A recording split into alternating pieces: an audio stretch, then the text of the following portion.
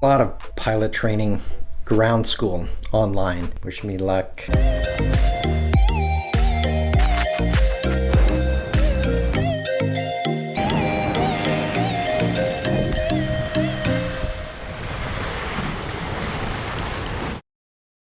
So just hanging out in Montreal today. It's kind of raining outside, so I thought it would be a good time to record a quick video about the start of my latest challenge, and that is to become a pilot and fly an airplane. So I've got my certification to jump out of airplanes, and when I was riding up and I got the parachute strapped to my back, I'm watching the pilots in the front and I'm trying to figure out which of us has the easier job here. But at the same time I thought, it's something I've always thought about doing.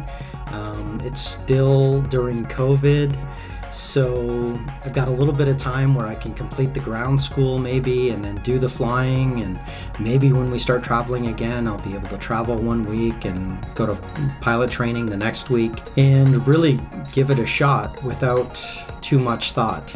So one of the things I'm going to try to do is answer a lot of the questions that people have that are thinking about getting their private pilot license. I know the ones that I had were the same ones that everybody has. How much does this cost? How long does it take? Is it really possible? So I'm going to find out personally, and when I find out, I'm going to let you know. So follow along.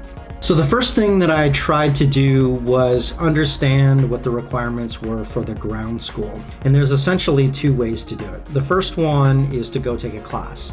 And you got to be on the class schedule, obviously, and it's going to be around 40 hours, maybe 6 weeks. Being available during those class times, not the easiest thing for me, so I started looking up online ground training that I could do it kind of at my own pace, do it self-paced at the same time. Yeah, I don't have the benefit of an instructor, but the pro is I can, kind of do it when I have time and just kind of go at my own pace. I think I chose a really good one, or at least a very popular one in Canada. It's actually called Harv's Air.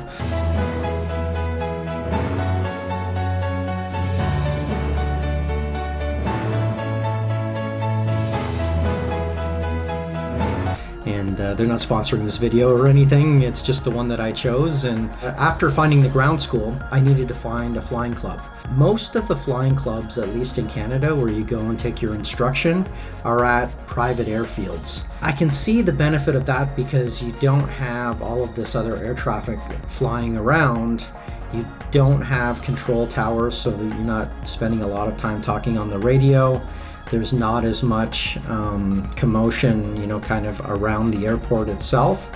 I actually chose to go to the Ottawa Flying Club because I believe it's the only one in Canada, the only flying club in Canada, actually operating out of a commercial airport. To me, that meant more instructors, more planes, and this environment where you're going to be forced to learn the proper etiquette in terms of the taxi, takeoff, and landing, and speaking on the radio with the air traffic control, from what I've heard, is very intimidating for a lot of people who haven't had that experience. For me, because I'm going to be in that environment all the time, that's all I'm ever going to know from day one. Over the next few weeks, you're going to see me really taking on this challenge from start to finish. My thoughts, not necessarily on how you go about becoming a private pilot, but more the thoughts and feelings that I have as somebody who's really just doing it to see if I can. I don't really have a goal of becoming a commercial pilot, but I just wanted to see how long it would take me from start to finish. Can I actually do it given how many people give up? Come fly with me, let's fly away. I think when anybody starts their private pilot license, or at least when I did, I had this image in my mind of how cool would it be to be a Top Gun. You're thinking about flying fighter jets and not Cessna 150s. At least in my mind, if I'm going to take my private pilot license, I am going to feel like a Top Gun. And I really want to see if it turns out like this, but I really don't think that's the case. You know, I hope you'll be able to follow along over the next, well, it's probably many months as I take my private pilot's license, both the ground school and actually flying. There's got to be some reason why 95% of the people who start pilot training don't finish it. And I think a lot of it has to do with the cost. A lot of it has to do with the amount of time it takes. And I just don't think it's actually that easy to learn how to fly a plane. Well, at least half of my brain thinks that. The other half is like, hey, you can start flying when you're 14 in Canada. So 14-year-olds I wouldn't trust behind the wheel of a car, and yet they can jump into the cockpit of a small plane and begin their flying instructions. So I wanted to give this a try, and we'll see how this goes. And then I could technically fly a plane and jump out of one at the same time, although I'm pretty sure that they don't let you do that.